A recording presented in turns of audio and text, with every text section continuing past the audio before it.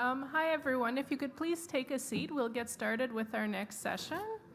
So thanks for coming out today. My name is Cecilia Costiniuk from McGill University, and it's my pleasure to introduce our special session examining tobacco and marijuana use amongst people living with HIV. Both of these topics are definitely in keeping with the conference theme and that we are not done yet. So this session will consist of two presentations of approximately 25 minutes each, following which we'll have 5 minutes for questions. Our first presenter is Dr. Louise Balfour, an associate professor in the Faculty of Medicine at the University of Ottawa. She has worked as a clinical health psychologist in the HIV clinic at the hospital for over 20 years and currently works in the area of chronic pain management and group psychotherapy.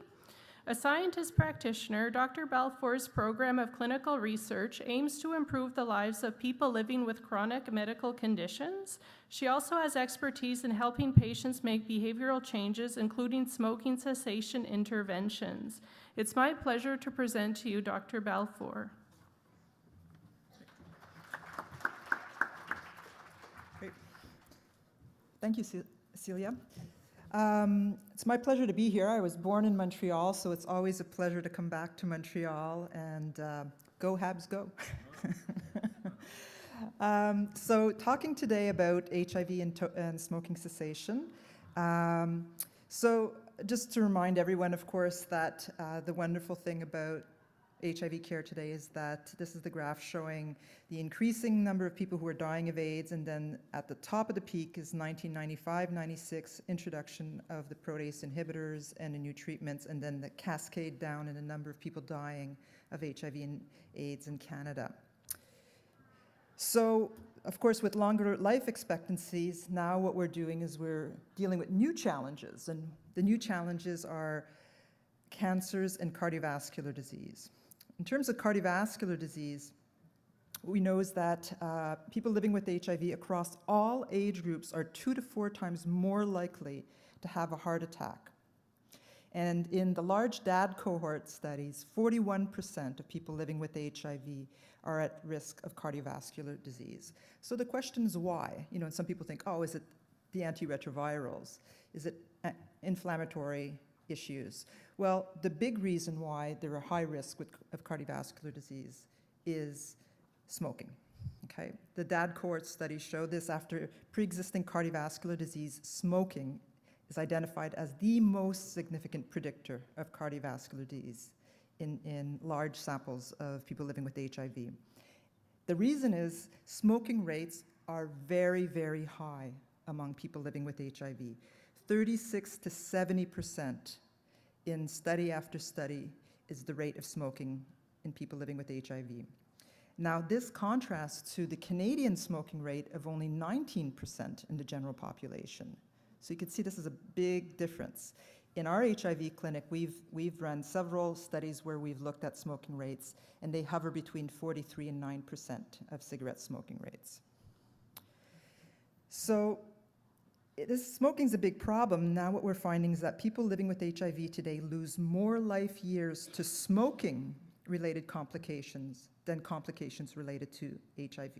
So these are large cohort studies by Helberg in 2015 showing this. Just to repeat that, okay?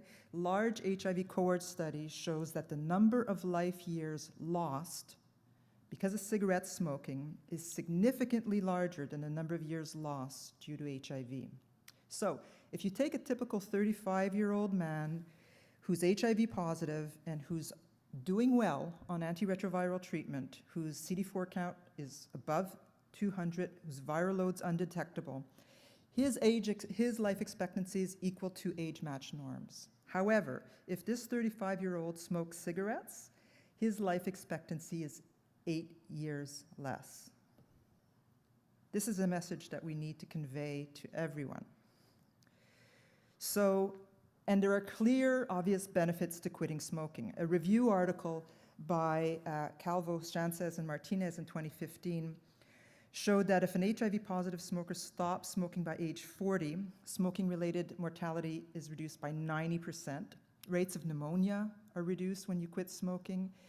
And of course, cardiovascular risk is reduced when you quit smoking. So cigarette smoking's bad.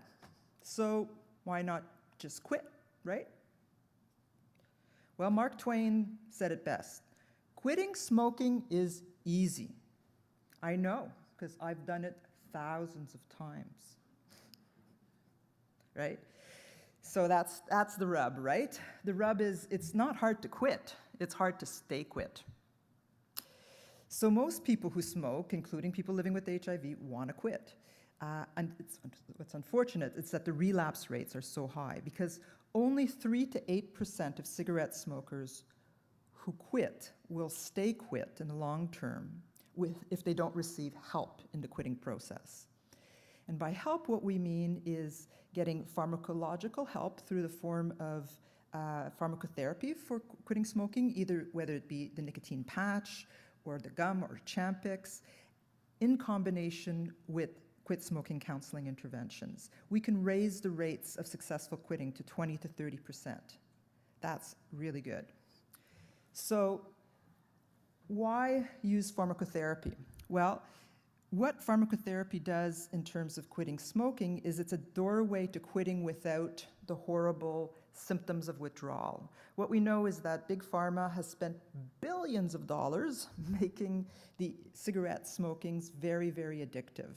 The optimal way of staying addicted to cigarettes through the mechanism of action of inhaling the cigarettes. It's very hard. You go through a lot of withdrawals.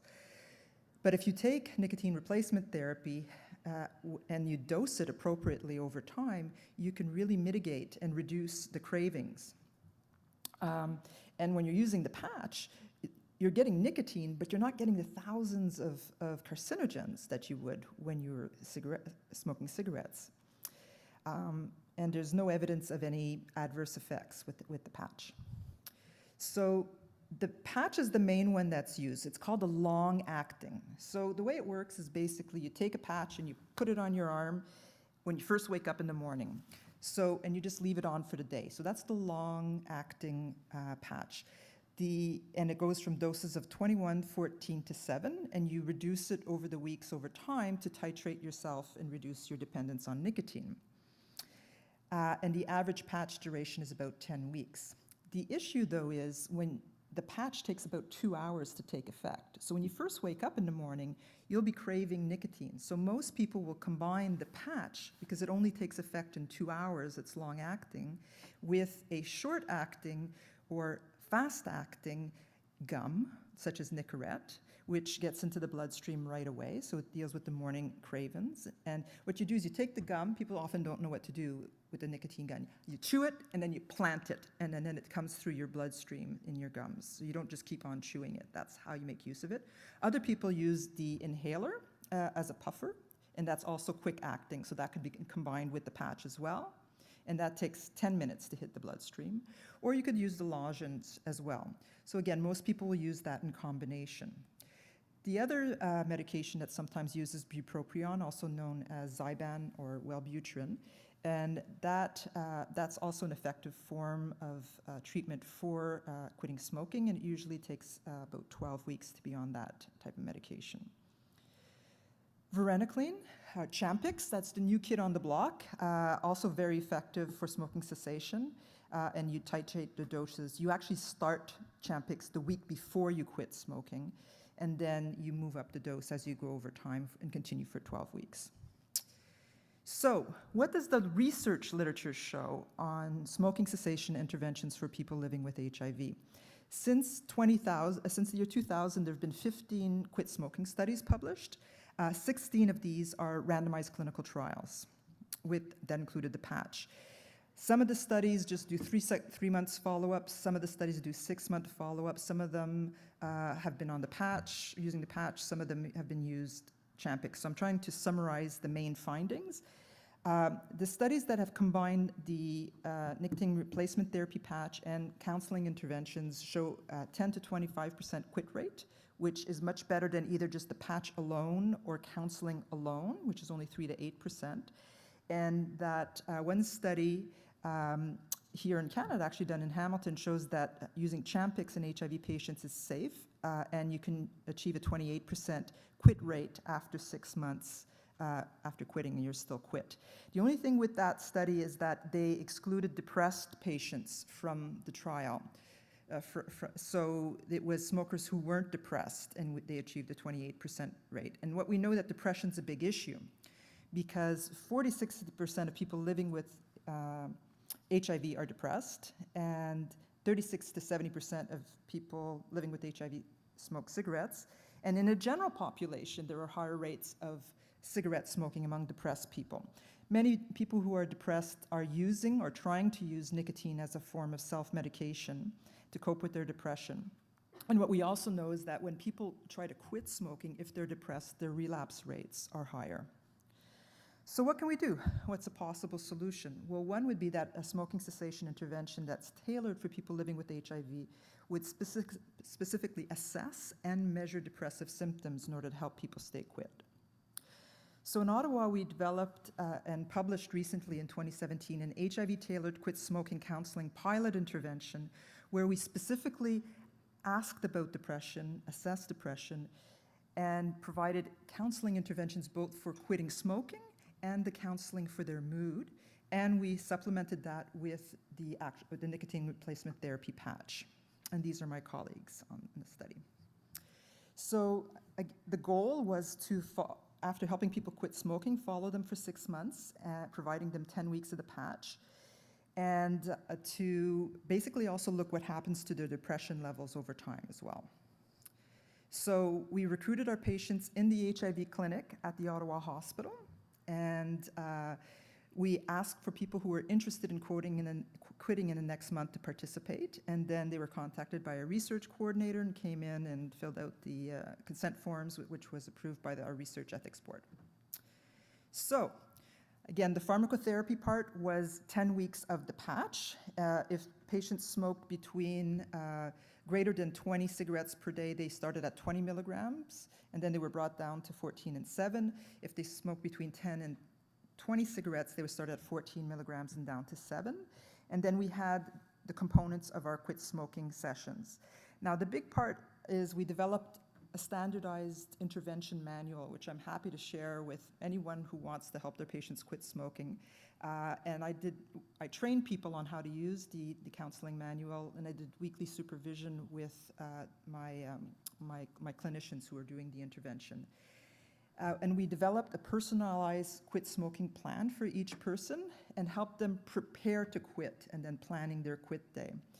And then we had, over time, 5 sessions which helped them basically do things like developing strategies to cope with withdrawal symptoms, prepare for their quit date, doing things like, well, you know what I'm going to do? I'm going to detail my car and get rid of all the smoke out of my car so that once I quit, I'm never going to smoke again in my car. Or I'm going to have my house painted, and it's going to be all clean, and the walls are clean, so now my house is a smoke-free zone. So doing things like that to help prepare your home. And then socially, trying to build another social network so that when you quit smoking and you lose your social network of other smokers, that's not such a huge loss that then you relapse. So there were a lot of tailored strategies depending on each person's individual needs. We, again, measured things over time, and now we also assess CD4 count and viral load. And we also, sorry, I'm just going to go back to that. We assessed smoking, not just by self-report, but we used the Bedfont Smokalizer, which is a really neat gadget where you blow into the smokalizer and you find out your CO levels. Now, we used it as an actual measure of an objective measure to make sure that we got an accurate measure of people who were smoking or not. But what we didn't realize was that this would actually become a feedback mechanism. And as patients would come in at each session, they'd say, oh, I want to blow into that thing, because then they would see that their CO levels would be going down over time, which means that their lungs were improving and they weren't getting, and it was giving them an actual number showing them the benefits of quitting smoking. So if in your clinics, people decide to do a smoking cessation intervention, I'd highly recommend including a Bedfont Smokalizer in your clinic. They only cost about $100, and it's a good feedback mechanism to use. So we used the standardized depression scale, the CESD, with 16 as a clinical cutoff score for depression to measure that over time, and we also used the Fagerstrom test for nicotine dependence. and measured that over time. So who are the people who participated in our study? Their average age was 45 years old, mostly men, and in our clinic was mostly white men who participated in the study, so we need much more diversity moving forward in terms of recruiting. Most of the people who participated in the study were highly educated in terms of some college and university. That was 40% and 22%. They, on average, smoked 18 cigarettes a day. And in preparation for Dr. Mark Ware's talk, our marijuana use in the last year was 49%. So you can see that there's a high use of marijuana among people who smoke cigarettes. Very low intravenous drug use in this particular population. In terms of important variables to assess, live with a smoker, 54%. So that's something we always assess when we're doing smoking cessation interventions, is finding out who else in their home might smoke, because that would be a predictor of relapse. So maybe the partner, we had some where the partners came in and they said, I want to quit as well. So then we had a 2-for-1 deal, which was great, and we helped 2 people quit smoking. Or at least if the partner's not ready to quit, can they at least support you in that process of quitting by no longer smoking in the house or not offering you cigarettes? Those types of things are really important. And in this sample, again, it was a very healthy sample with a CD4 count of 540, and 89% had an undetectable viral load because they were on treatment. So over time, the study, we had 50 at baseline, and over time, there were less and less people who came in, but those who did follow through were very effective in staying quit. So the overall results of our study is that 28% of our patients stayed completely smoke-free, both by self-report and by the objective measure by the Bedfont Smokealyzer. And it wasn't a randomized clinical trial, but what we did do is compare our study to another study that had a very large sample of 444 patients where they used a similar patch strategy and a counseling intervention. This was the Lloyd Richardson study, and they only had a 9% quit rate at 6-month follow-up, but they didn't include a component that addressed depression. So we think that may have been the difference between our studies, their 9% versus our 28% at 6-month follow-up. The other thing that we assessed in our study besides depression was smoking self-efficacy, and we wanted to see whether that changed over time. And what you could see here by the dotted blue line is that depression levels actually decreased over time for our participants. So these are people who were smoking and depressed at the beginning of the study, and as a function of quitting smoking and getting strategies to deal with their mood, their depression levels decreased, and their self-efficacy in terms of their confidence in their ability to stay smoke-free increased. So overall, the results are encouraging, that our pilot study showed that we can successfully help people quit smoking while also addressing depression, and that we could improve self-efficacy or self-esteem in the process. And for me, I guess, what was really important in a moment of pride is that one of our patients who was in our study, he was a 62-year-old gay man who was smoking since he was a teenager. 42 years he'd been smoking cigarettes, and he said, like, smoking is my identity. You know, smoking is who I am. And he participated in our study, and over 2 years later, I still know him. He's still smoke-free. And for me, if that's all I got from the study, that is a very meaningful contribution for me. There were a few limitations to our study. One is the relatively small sample size of only 50. The fact that it was a very homogeneous group of middle-class, white, gay men. We need to have a much more heterogeneous sample in future studies. We need to replicate this in a randomized control trial. And in terms of future research, I think what we need to do is also, if we're using the patch, use the patch at higher levels, because we were sort of dosing our patients who were smoking 2 packs a day. We weren't able to give them enough of the nicotine replacement therapy patch because we were following product monograph, where 21 milligrams per day is the maximum. I work with Dr. Andrew Pipe at the Heart Institute, and he says, use the patch like wallpaper if you have to, in terms of quitting rates, to help with people quit. So Again, the takeaway message is that a tailored smoking cessation counseling program, it can be very helpful, and in particular by addressing symptoms of depression. What does this mean for our clinical implications? Well, one is at every clinic visit, we need to be asking about smoking behavior. You know, Cecilia and I were actually just chatting before the talk, and we were talking about how, in the clinics, we're so busy, trying to figure out which medications do we switch, do we tweak this or tweak that medication. And really the bottom line is all our medications are working really well, but what we need to do is look at smoking, because that's what's going to kill our patients. And we need to convey that, tell people you don't need to worry about your HIV, your CD4 counts great, your viral load is well controlled. If you keep doing well on your treatments, what we need to look at is your smoking behavior. And we can refer patients to treatments and really help them with that process of both, whatever form of pharmacotherapy for treating the smoking. And I want to thank everyone for your attention. I want to thank all the grants that help support the project, and the Heart Institute, the Division of Infectious Diseases. But mostly I want to also thank our HIV patients for participating in the trial. And I want to thank CAHR for inviting me here today. Thank you. So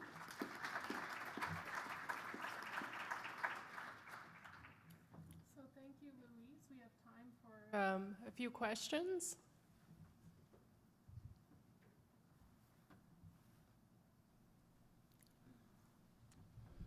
Hi there. David Moore from Vancouver. Thanks very much for a great talk. This, I think, is exactly what the conference organizers were hoping to hear when we organized this special session.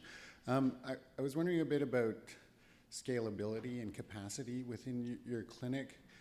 So this was an individual counseling intervention, right?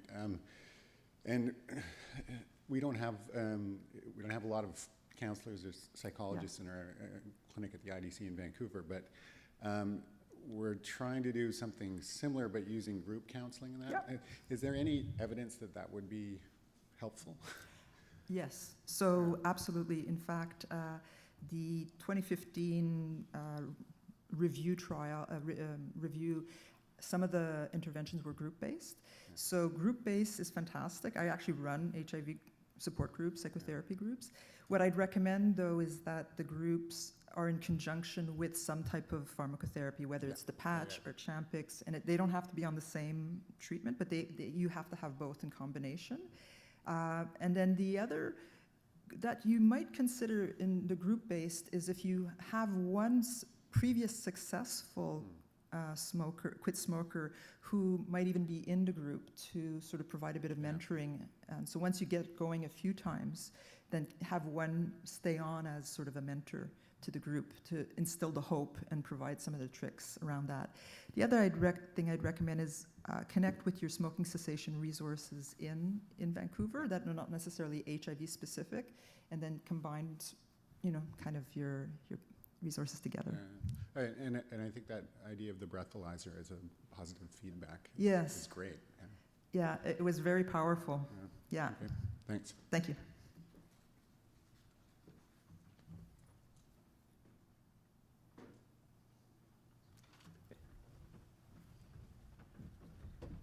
All right, so thank you, Louise, for the great talk. Next, we'll be moving on to our talk on cannabis, and we're fortunate to have with us today world-renowned pain specialist and medical cannabis researcher, Dr. Mark Ware.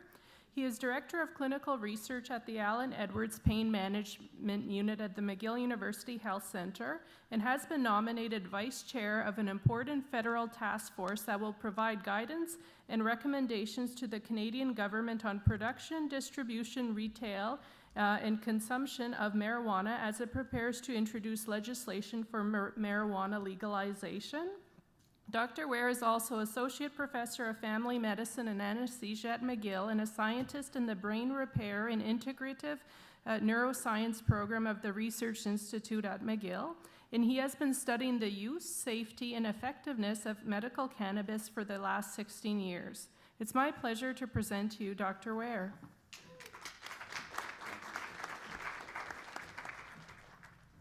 Thank you very much, Cecilia. I always blush when I hear that world-renowned cannabis research. I think, how did I ever get there? Like when I left medical school 25 years ago, if you told me that somebody would be introducing me like that, I would never have believed it. So the world is changing. And cannabis is, I think, I made a comment at a recent meeting that we're reaching peak cannabis now. It's in pretty much every newspaper, every magazine. It's in discussions in workplace safety discussions, insurance companies, provincial colleges, federal government, multiple departments across the country. Right now, we are really in a position where this is on everybody's tongue. But fundamentally, what I want to do is bring it back to the clinic and discuss what the implications of this are for us as clinicians. I began, so disclosures, I have a couple of consulting contracts with some small companies that are developing new methods of delivering cannabis for clinical uses and grants from companies to do clinical research. But when I began my cannabis research journey about 18 years ago, it was with patients with HIV/AIDS. I did some work with a community research group in Toronto, and we surveyed patients at that time and their prevalence of cannabis use and found that from the paper that we published and several others that the range varied between 15 to 40%, and it was interesting to hear Louise's data of 49%. So I don't know over the last 15 to 20 years whether rates are going up or down or actually stable. It just depends on the survey methodology. But it's clear that a high proportion of patients use cannabis, and this isn't unique to the HIV/AIDS group. We find this in epilepsy, we find this in multiple sclerosis patients, in patients with non-cancer pain in the pain clinics, and probably now with the interest and the media attention that's being put on this, more and more patients are coming and asking, is this something I should try? Or they try it on their own and come in and ask about whether you can help them become authorized. So this is becoming a significant issue for clinicians on the front line. Why do patients use cannabis? And this is similar to all of these other populations. It's a very broad spectrum drug.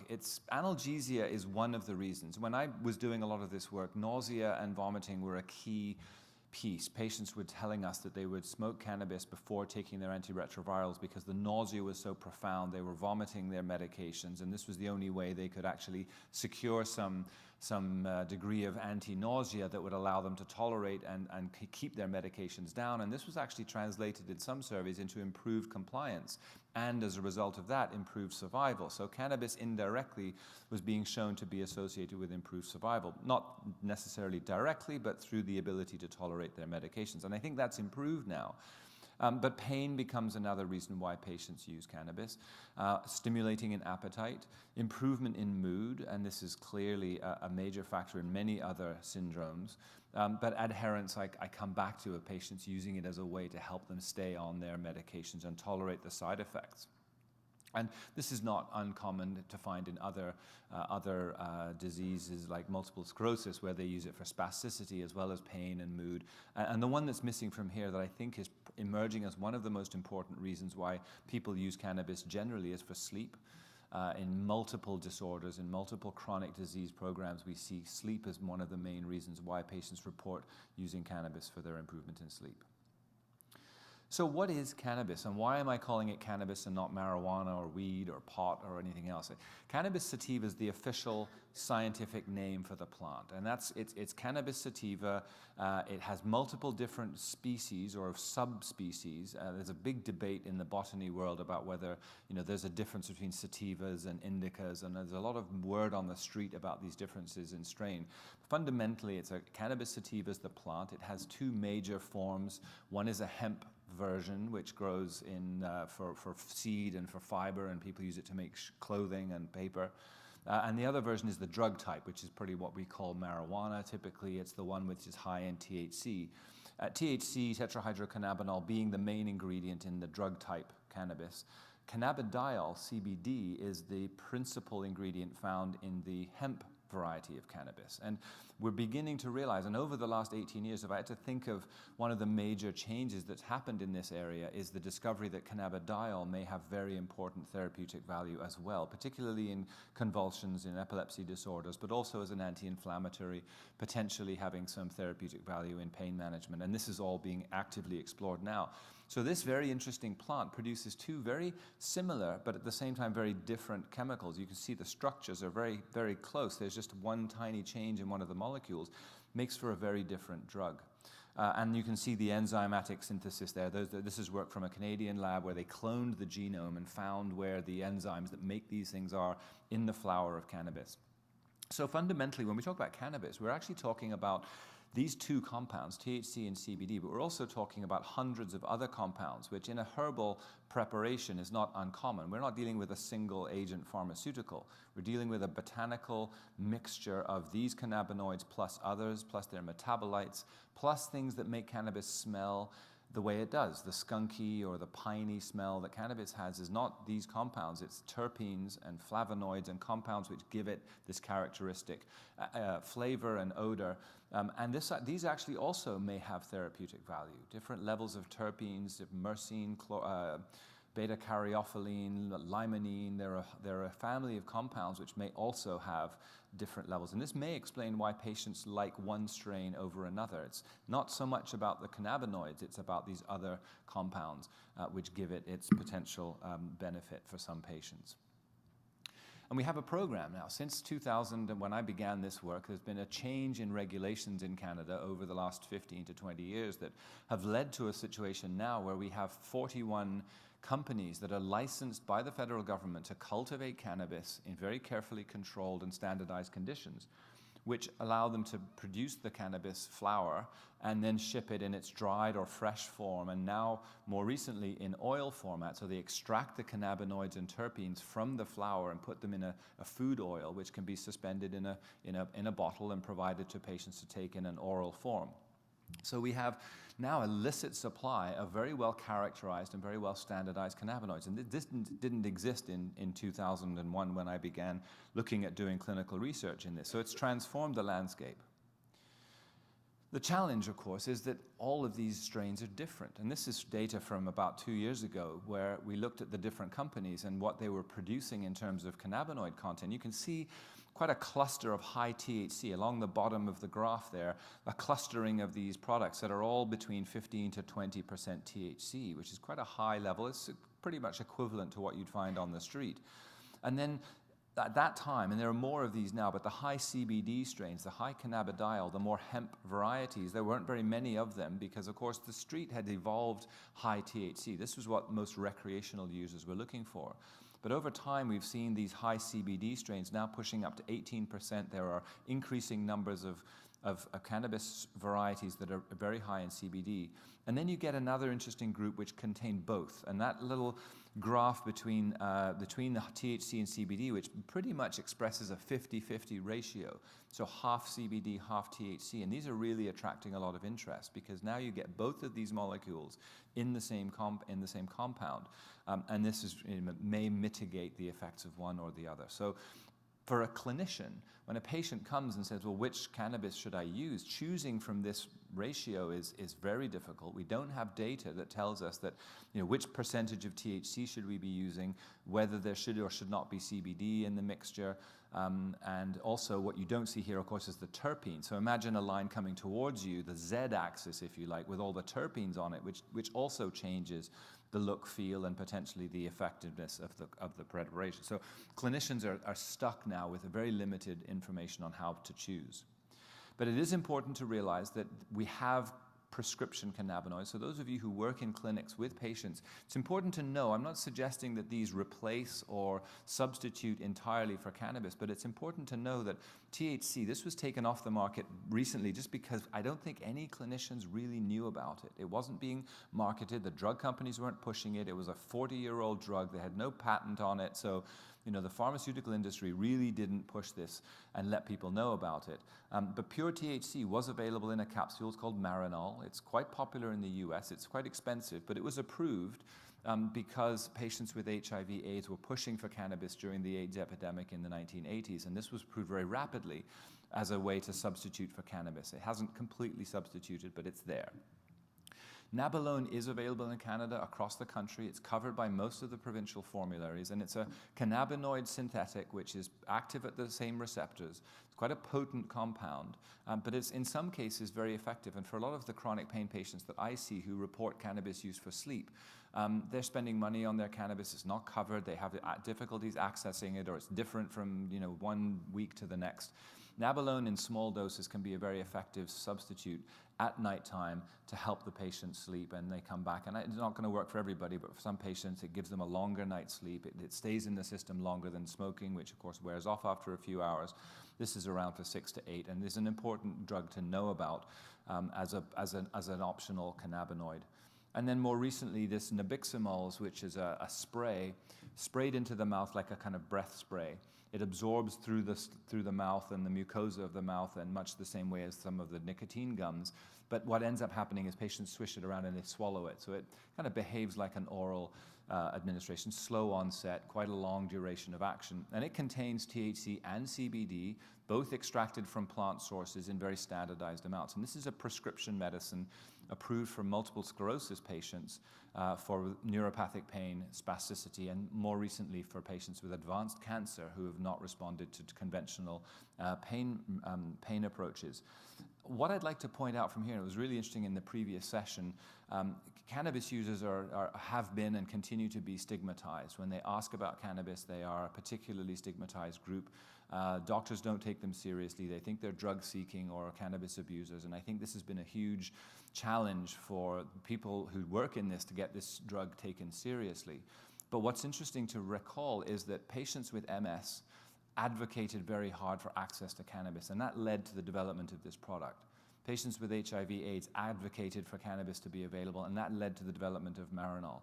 Patients advocating for fibromyalgia, patients advocating for other conditions, spinal cord injury, they're the ones pushing the research agenda. So this statement that was made at the end of the last session about the culture of science being driven by, or science being driven by, this is huge. This is the reason why I'm here, is because patients pushed for, went to court for, fought for their rights to be able to use this drug. And that's given rise to not only access, but also a triggering of interest scientifically. It's important to point out that that's coupled with the discovery of a whole system of receptors, an endogenous cannabinoid system from a pure neuroscience basis. This is a fascinating system that we all have in our bodies that controls mood, appetite, pain, movement, memory, fear extinction. There's a tremendous system of cannabinoids in our body that we're using all the time, and these drugs appear to be linking to that system and affecting it. So there's now actually a pharmacological reason why patients are saying that it helps them. So you bring those two streams together, you've got a perfect recipe for evolving science and better understanding of things that can improve patients' quality of life. And in the last 10 years, so I want you just to look basically at the dates on these trials, but these clinical trials done with a number of these compounds, so NAB Alone, dronabinol, the nabiximols, and even smoked herbal cannabis, these have all been done in the last 10 years. These studies have all become, and you look at the indications, MS, neuropathy, fibromyalgia, spinal cord injury, HIV neuropathy, these have all been done in response to these demands from patients and demands from clinicians to have data to work on. This isn't a complete list by any means, but it's just meant to show you the range of different studies, different compounds, different conditions that have been done. HIV, of course, Donald Abrams, a good friend and collaborator at UCSF, really pioneered this with some early studies in the early 2000s when he started to conduct the work. Took him decades to actually get approvals to do the studies from the federal US government, from the DEA, from accessing supplies of cannabis. Tremendously challenging to do then. It's not easy today, but it's a lot better. And this is one of his pioneering studies. The first study, he wanted to do an efficacy trial to show that cannabis reduced neuropathic pain, but they wouldn't let him do an efficacy trial. The drugs that were coming from an organization in the US called the National Institutes on Drug Abuse, and they said, we're not providing drugs to study for use, we're studying drugs of abuse. So we'll let you do your study, but we want you to look at pharmacokinetics of existing antiretrovirals. So the study that he did first was to show that cannabis, either given orally in the form of THC or as a smoke product, didn't change HIV levels, didn't have any impact on immune parameters, didn't change the protease inhibitors that they were taking, and concluded that this was safe enough to be considered to use for further HIV clinical trials. And then he went on, and this is 5 years later, to do one of the first studies of cannabis smoking for chronic pain. And he showed that during a 5-day inpatient period where patients smoked one joint containing, I think it was 4% THC, which is quite low on that scale, 3 times a day, 4% THC, compared to a smoked placebo. They had cigarettes of cannabis that had no THC in them, and they had another arm that had an oral THC as well. But they found that with the either smoked or oral, there was quite a significant reduction in pain during the course of the intervention. And then when they were discharged home, they no longer had cannabis. The pain came back up to where it was at baseline. And this was one of the first studies to actually show that smoked cannabis had analgesic effects compared to placebo. And then subsequent reviews concluded, and this was a colleague of mine, Andrew Rice, who published a systematic review looking at different treatments for painful HIV-associated neuropathy. And one of the conclusions, I'll just read from that top line, but the randomized control evidence of analgesic efficacy compared to placebo in the context of HIV neuropathy exists only for smoked cannabis, RHNGF, nerve growth factor, recombinant human nerve growth factor, and high-dose topical capsaicin, which is chili pepper extract in high doses. So I thought, well, that's good. We've got clinical data. They found it. They're willing to say that this exists. But legal and mental health issues preclude routine recommendation of long-term smoked cannabis for pain management. So we've got a barrier here. Not that the efficacy necessarily is the barrier, it's the safety. We're concerned about long-term use on mental health and the legal issues. I thought that would be a nice advocation. Well, just make it legal to get rid of the whole legal problem. And then cannabinoids with an appropriate therapeutic index delivered by a mechanism other than smoking might be worthy of investigation. So opening the door, and this is from 2013. So what is the safety concern? And for this, we have to turn a great deal to the recreational use literature. There haven't been many studies looking at patients using cannabis to look at the specific safety issues that they might have. I'll show you some data from one that we did. But in general, from general population studies, we know that cannabis has effects on the brain. We know it has effects on mental functioning. There's considerations about interactions with other medications that people might be taking, and we have a suspicion that cannabis has a significant proportion of early users, regular heavy users, have substance abuse issues and may be qualifying for cannabis use disorder. So there's definitely an element of cannabis use disorder among people who've started using regularly.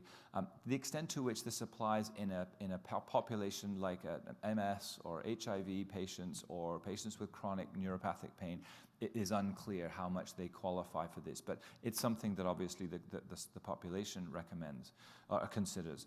But overall, cannabis and the cannabinoid compounds are drugs with remarkable safety profiles, very low toxicity. It's very hard to kill anybody with cannabis. You can't, unless the bale of it drops on their head. It doesn't have the toxicity of drugs that we use routinely. Most of the effects are fairly short-term. You use cannabis, you get a short-term effect and it wears off, and very little evidence that these effects persist over a long time. People learn how to use it, learn how to titrate the effects.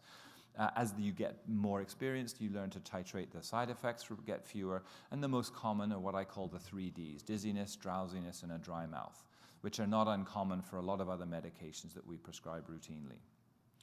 But, as I said, these are not well studied in medical use.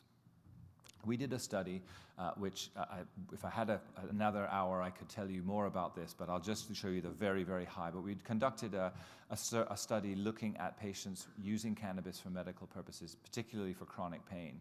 Across the country, 7 clinics managing chronic pain patients, with patients who were using cannabis as a last resort. They'd failed all their existing therapies, and we followed them for a year looking at specific adverse event outcomes. It was a safety study. We were funded by CAHR, and we ran this over a 3-year period.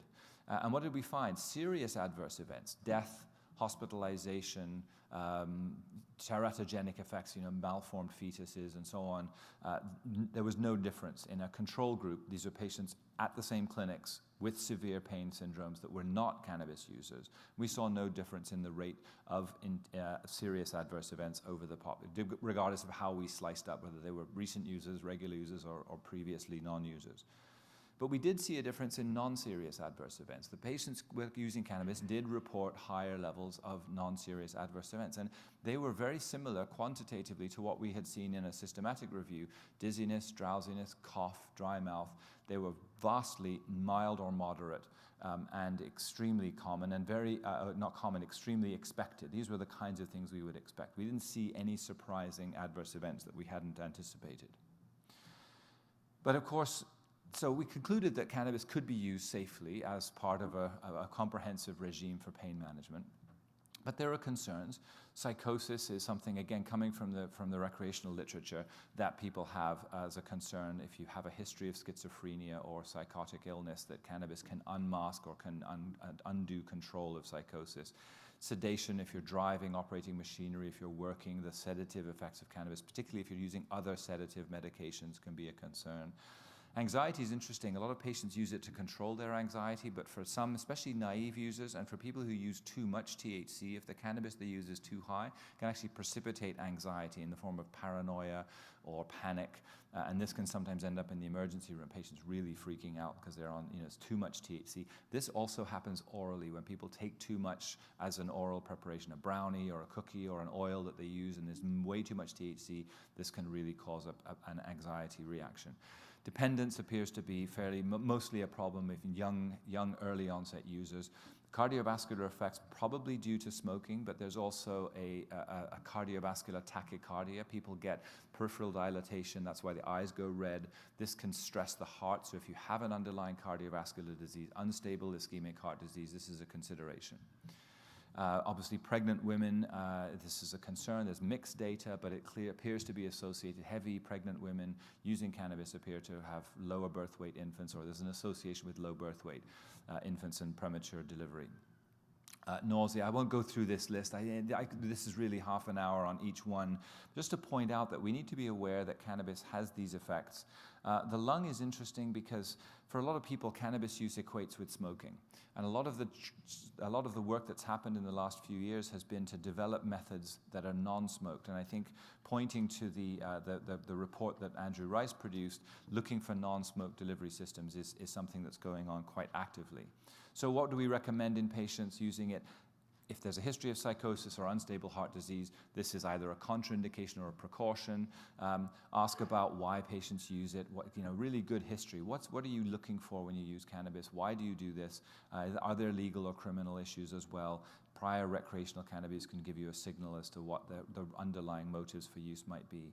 And monitor your patients for their functional outcomes. This is a huge thing. This is what a lot of physicians question, how do I know it's really medical and they're not just using it for a lifestyle or recreational purposes?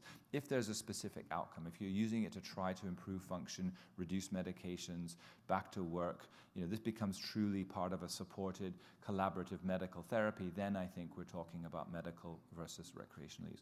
This is a vaporizer. This is a non-smoker, very similar in terms of the way the drug acts in the body. So the mimics smoking, but it doesn't burn the plant material. It heats it. The cannabinoid molecules come off in a vapor. Patients inhale these, and this is a big device. There are smaller ones that have been approved as medical devices, and counseling patients, especially those who are tobacco users. The tobacco and cannabis go hand in hand, unfortunately, and some people even mix tobacco with cannabis in their joints. There's something called poppers now, which people put tobacco and cannabis together to maximize the hit. This is clearly a public health intervention that we need to step into. Smoking cannabis is a very different risk than smoking tobacco, and if you can find ways to help people avoid smoking and put them, inform them about vaporizing, then you're doing them a huge favor. It doesn't have the same carbon monoxide, it doesn't have the particulates. It's really a safer approach. I'm going to conclude shortly and leave some time for questions, but just to let you know, there is information, a lot of conclusions, and a lot of the press state, there isn't enough known about marijuana. There's actually a lot that we know, and this is summarized as an information for healthcare professionals document on the Health Canada website. It's PDF linked and HTML, so you can search this and look up the literature. It's kept up to date. I think they're just coming up with a new version in the next few weeks. any particular issue that you wish to look at, I highly recommend finding this. Not easy to find on the Health Canada website, but look up information for healthcare professionals. I think you might have to type marijuana with an H. Oh no, they've changed it to cannabis. So finally they're recognizing the name. For a long time it was called marijuana with an H, which nobody would ever think of typing in, but that was what it was considered legally. Before I finish, just to point out, the topic of this special session was tobacco and marijuana epidemic. I don't know if there's a marijuana epidemic so much, but I know there's an opioid epidemic. And this is killing hundreds of people a week in Canada and in the US, and it's costing hundreds of lives, thousands of lives, and it's a major issue. Cannabis appears to have a potential role to play in helping with this. And states where they had medical cannabis laws implemented over the last 5 to 10 years have shown reductions in opioid mortality. And this is an association. It may be because patients with using high-dose opioids are substituting cannabis. We certainly hear this in the clinic. And this may actually have a knock-on effect that there's a reduction in mortality. And this isn't the only study. There have been others. There are studies looking at prescription medication use in states where medical marijuana laws were implemented. Huge reductions in the number of pain medications that are being prescribed in those states, as well as reductions in anxiety meds, depression, all the things we talked about, antipsychotics, anti-seizures, sleep medications. So this drug appears to be substituted by patients for a wide range of other prescription medications. This actually, I think, I didn't put the number in, but this resulted in millions of dollars in savings on those drugs in these areas. So to do this for patients, there are medical documents. For medical cannabis, it's not a prescription per se. You are authorizing the patient to possess the cannabis. You have an amount that they're allowed to use, and they can now access dried, fresh, or oils, and you need to be aware of that. So in closing, just to point out that we've talked a lot about medical use. Now the conversation is changing to recreational use or non-medical use. This is the report that came out in December of last year, trying to find ways to improve our regulation of cannabis away from an unregulated illicit market, which is kind of what's happening now, towards a market where it's controlled, regulated, people know now what they're buying, but controlling it in a way that it's not an unregulated commercial market. We're not going to let the cannabis companies go free to advertise and claim and billboards. And I mean, this is already happening with Snoop Dogg and Willie Nelson and Whoopi Goldberg. I mean, it's an incredible reaction, but somewhere in the middle there's a sweet spot where we hope we can find sensible policy that can help us. And this includes things like age distribution and the things Cecilia was talking about, production. All of this will emerge, and I can promise you that the next year or two will be full of discussions around these issues.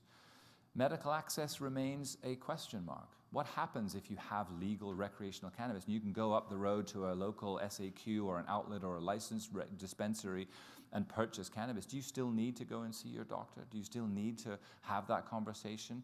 I argue that you do. I think health professionals need to be even more educated in this context to be able to have this discussion with patients. So we're going to see a lot of issues with the feds and the provincial governments fighting it out of who needs to do what. It's going to evolve. There will be changes that have to be included over time.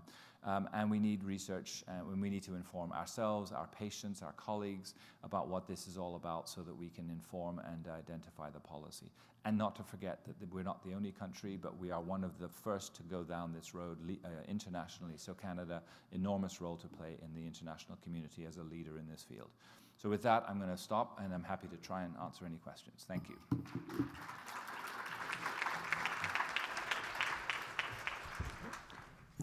Good morning, Dr. Ware. I'm really excited to meet you today and actually book my flight, making sure that I could be here this morning. I'm honored, thank you. My name's Sherry Margulies, and I've been I'm an advocate for medical marijuana for many years, involved with the National Advisory Team on the MMAR back in the day, and did contribute to the task force through one of the patient consultations, the Ontario Patient Consultation. Awesome. And I appreciated that opportunity to do that. There's a couple of things that, first of all, that I just, mostly it's comments, but I have a couple questions. The first comment is that we often hear, oh, there's no research, oh, there's no research. There's lots of research. I mean, you've shown the research, you've shown there's research. There's more. Of course, there's more to be done.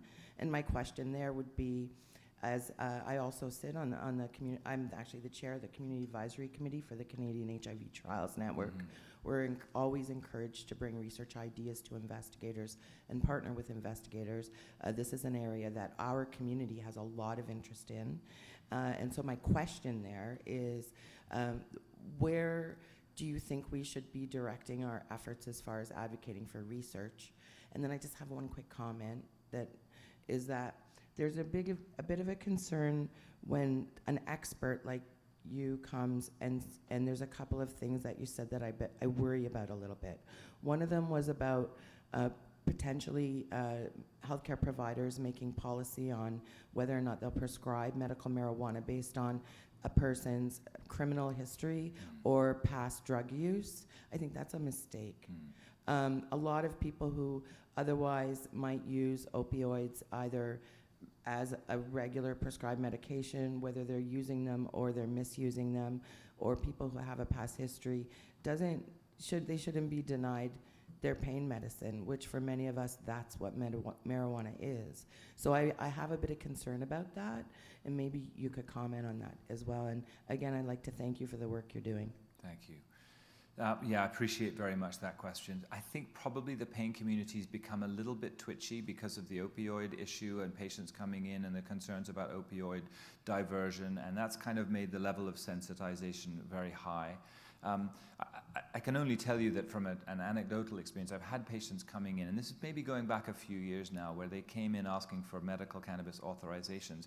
And when I asked the question, are you currently undergoing any litigation? Yes, I was pulled over for driving, I had cannabis, I'm going to the courts in a couple of months. A medical prescription would really help me get off my legal case. If you don't ask the question, you don't recognize that these may be narratives that are going on in the background. I'm not saying it means you should stop, it just means you should be aware of why the patient is asking, where is it coming from, and maybe you could authorize, you may not, but it fills in the blanks about why that patient is using it. So I think it's not meant to say don't use it, it's just be aware that in the context of an illegal substance, this may be an issue. And we've had patients who been busted for diversion or for trafficking, and an authorization or a license helps them in court. So being aware that that may be another reason, but it may not be a rationale to actually not proceed. It just gives you more information. In terms of research, I've been party to at least 5 different research priority workshops by multiple different groups in the last year, trying to answer exactly that question. What are the key research questions? And with the policy change towards legalizing and regulating, clearly that's shifting now towards looking at what will the impact of legalization be on youth rates of use, rates of cannabis use dependence, driving, workplace issues, and this is the public health sphere that's moving in. My worry is that it loses the relevance of the medical use and the therapeutic use. There are clearly important things about sleep within the HIV community, effects on inflammatory markers, effects on HIV. I think there are viral loads. There are still fundamental questions to be learned about the therapeutic impact and how best to use this, new drug delivery systems, ways to use it safely. There's a tremendous amount, and time precludes me from reading off the whole list, but I think what's really important is probably to tap into the patient community, understand what they think the most important questions are, and feed that back to the researchers so we can design work that's actually matching what it is the patients want.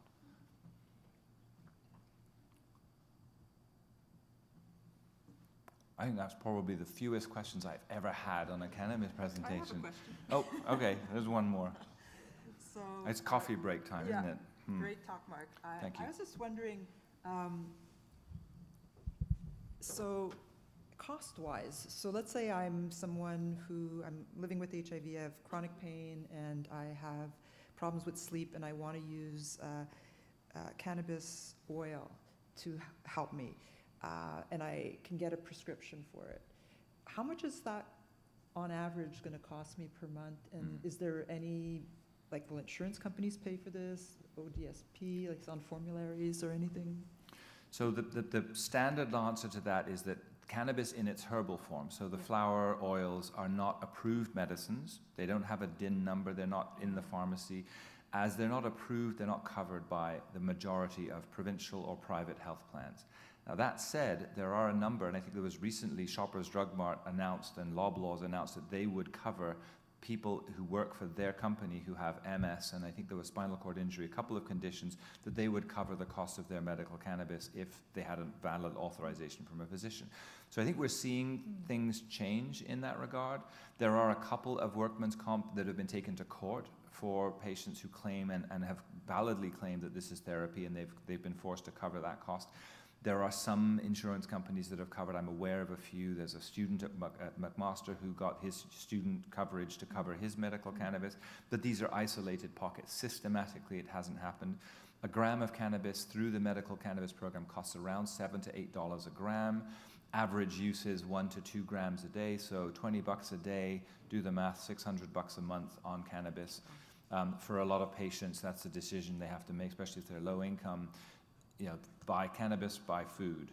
And they fundamentally come down to these kinds of decisions. So it is an issue, but I think one of the questions about whether we need more research, one would be huge to show that people using cannabis use less other medications. That can be turned into dollar values, and that might well support insurance companies who would love to save money by paying for cannabis. They could be saving thousands downstream. Excellent. Thank you. We stimulated one more question. I was just wondering if there's a difference in the quality of sleep with cannabis as opposed to just the duration. Yeah, that's a great question. It's a preoccupation of mine right now. The last studies really done on sleep overall were done in the 70s with THC when it was first being characterized. We don't have good sleep studies like polysomnography studies to show the effects on sleep architecture. Patients reporting sleep quality, the quality of sleep appears to be better. They fall asleep, especially if they smoke, they fall asleep quite quickly. If they smoke, they tend to wake up again, so they get up, they have to smoke again. So oral administrations may improve sleep duration. But by and large, compared to other medications used for sleep, like the zopiclones and the amitriptylines, there's less hangover effect the next morning, so the morning drowsiness that seems to be less present with cannabinoids. But they report dreaming less. So, dreaming is an important part of that stage of sleep. Appears to be less when they stop using cannabis. The dreams come back quite vividly. So we're very intrigued at just how the drug is changing sleep. But in a condition where your disease is affecting your sleep, all the work was done in healthy recreational people. I don't know how this is going to interfere with or change sleep patterns in patients who are already sleep disturbed by virtue of their disease or their medication. That's work to be done. Great. Thank you very much, everyone. All right. Thanks so much, Louise and Mark, for those great talks. And again, to the CAHR organizing committee for enabling us to have this session. And of course, thank you to all of you for coming out today on the last day.